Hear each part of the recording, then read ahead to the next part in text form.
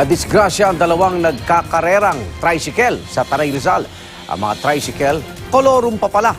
Darito ang unang balita.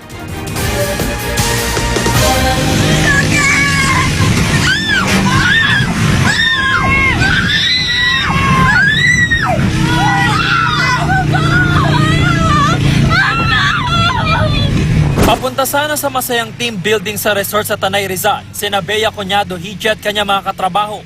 Pero malabang ungot ang naranasan nila sa mga sinakyan tricycle. Sa video makikita ang pagharurot ng mga tricycle hanggang sa magkasagian. Tila di pansin ng driver ang sigaw ng mga takot na takot niyang pasahero.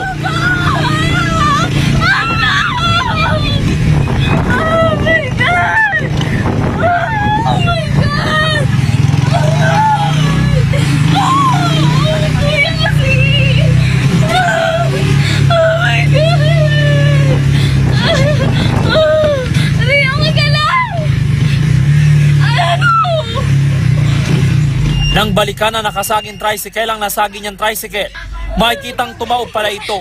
Nagtalo pa ang mga driver. Dahan-dahan lang kasi, kuya. Masyado kasi mabilis. Nag-aaway kasi kayo. Ayon kay Hije, bago pa man ang disgrasya, ay nagkainitan na ang mga tricycle driver dahil sa agawan sa pasahero. Nalaman din nila sa mga pulis na walang prangkisa o mga kolor mga nasakyan nila mga tricycle. Maswerteng minor injuries lang ang tinamo ng mga katrabaho niyang sakay nang tumaob ng tricycle.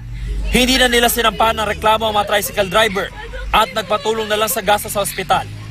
Sa kuwang ito naman ng dashcam, makikita ang mga sasakyan sa kaba ng C5 Road sa Pasig. Bigla na lang may sumingit na motor sa kaliwa ng sasakyang may dashcam kaya nasagi niya ito. Naipit pa sandali ang apakan ng motorsiklo sa bumper ng kotse at nang matanggal na, agad ding sumibat ang motorsiklo. Hindi na raw hinabol pa ng driver ng kotse ang rider.